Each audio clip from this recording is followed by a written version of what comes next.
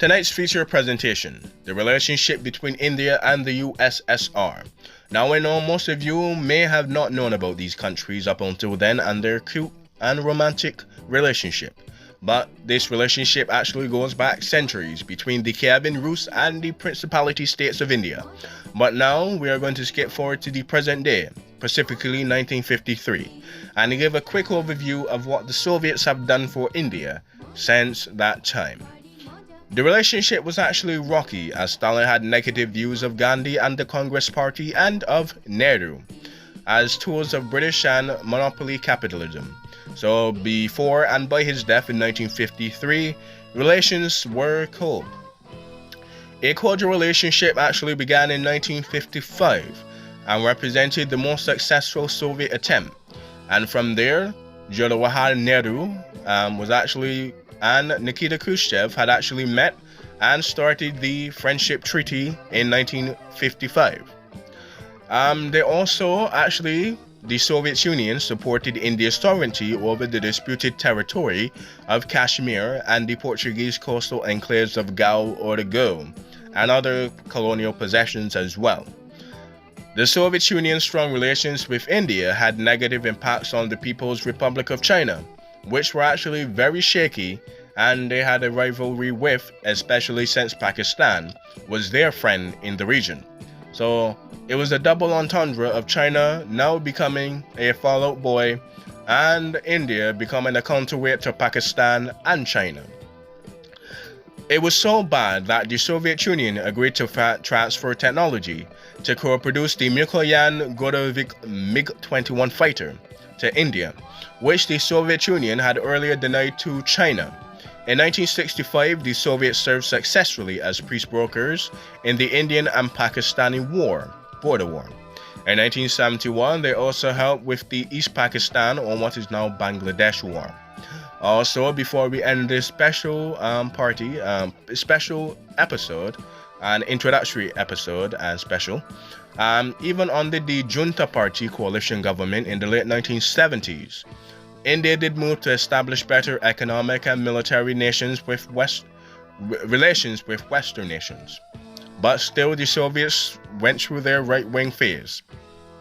Even during the 1980s, despite the 1984 assassination this year by Sikh separatists of Prime Minister Mistress Indira Gandhi, the mainstay of cordial relations with the Indians and Soviets have nonetheless been peaceful at best. And that is where we are in 1985. Now, on our special lightning news report, we're going to live in New Delhi. Ladies, gentlemen, and NB people, hope you enjoyed and hope you learned something. And until next time, learn something. Now, our feature presentation, India and the Soviet Union. Silk from India.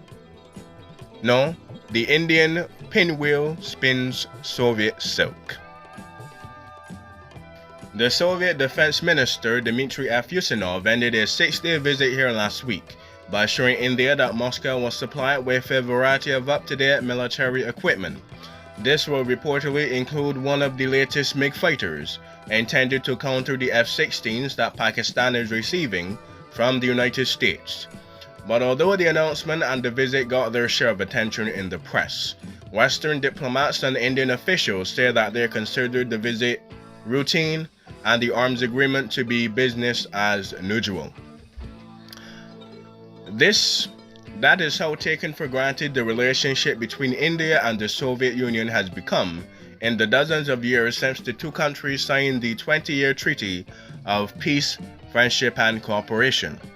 Even as Marshal Ustinov was telling India of his country's desire to strengthen ties even further, the relationship, according to Western and Indian diplomats, has changed in some significant ways.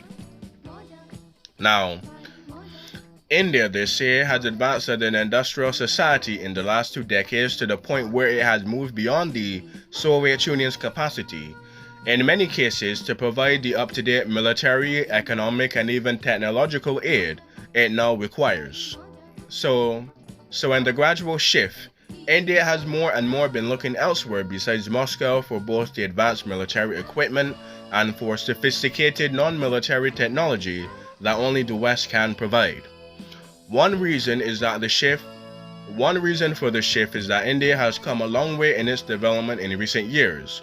One measure is that India now sells more to the Soviet Union, primarily customer goods, than the Russians sell to India. Most Indian imports from the Soviet Union consist of oil and arms, and in both instances, New Delhi is becoming less dependent on Moscow. India's own rapidly expanding domestic oil exploration program is expected to make the country self-sufficient within a decade. And on the military side, even though Moscow agrees to sell India the advanced jet fighters it wants, India has begun to diversify its arms purchases. It is buying Mirage jets from France, Jaguar, Sea Harrier jets, and Sea King helicopters from Britain, and submarines from West Germany, With its basic industrial plant in place, India is looking towards more advanced Western technology to fill its future needs. It is collaborating with the Japanese on automobile design and production. For example, it is seeking collaborative agreements to transfer of high technology from the West. Despite these developments though, there's still glue that holds the Soviet Union and India together. And despite these developments, the signs of a close relation with Moscow remains abundant. The Indian newspapers were infused with a posthumous praise of Yuri V. Andropov, the Soviet leader, as a friend of India.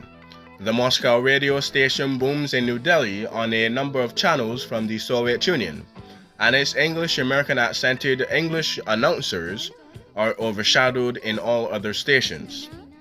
Russian tanks are a spectacular feature of every Republic Day parade. Russian bookstores and Russian cultural societies are abound. Indian and Russian officials visit each other's capitals in what seems to be a constant stream of every month. The ranks of Indian academia, particularly in the social sciences, are often marked by pro-Soviet and anti-American people. The Soviets have penetrated the Indian intelligentsia to a remarkable degree, said an influential newspaper editor in New Delhi.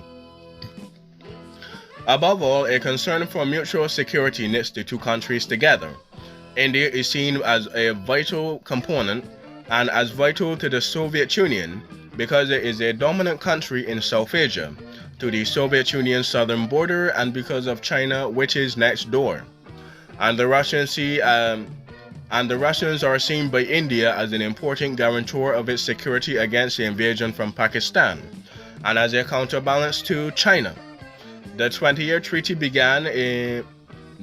treaty between Moscow and New Delhi came largely in a reaction to what the Indians saw as a pronounced American tilt towards Pakistan. And that has been your nightly weekly news update. This has been ENS, and this has been ENN. I hope you enjoyed. I hope you learned something. From 1984, India. Good night. Learn something, ladies and gentlemen. And I'll see you next time on another exciting episode of Where Am I Gonna Be in the Lightning News, whenever that is. Enjoy and learn something.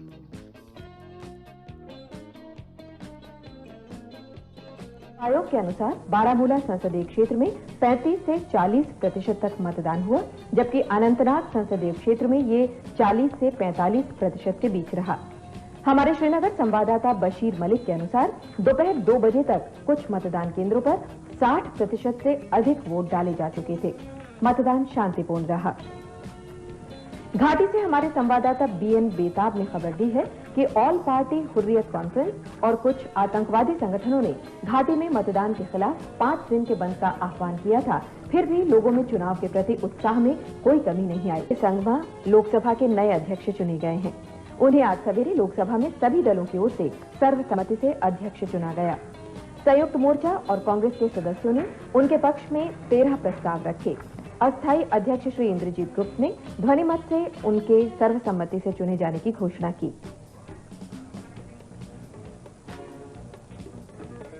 48 वर्षीय श्री संगमा देश के संसदीय इतिहास में सबसे कम आयु के अध्यक्ष चुने गए हैं। उत्तरी भारत में तेज गर्मी पड़ रही है और इससे जानवर भी पीड़ित हैं। पटना चिड़ियाघर के बाघ गर्मी और उमस से परेशान हैं। पिछले 10 सालों से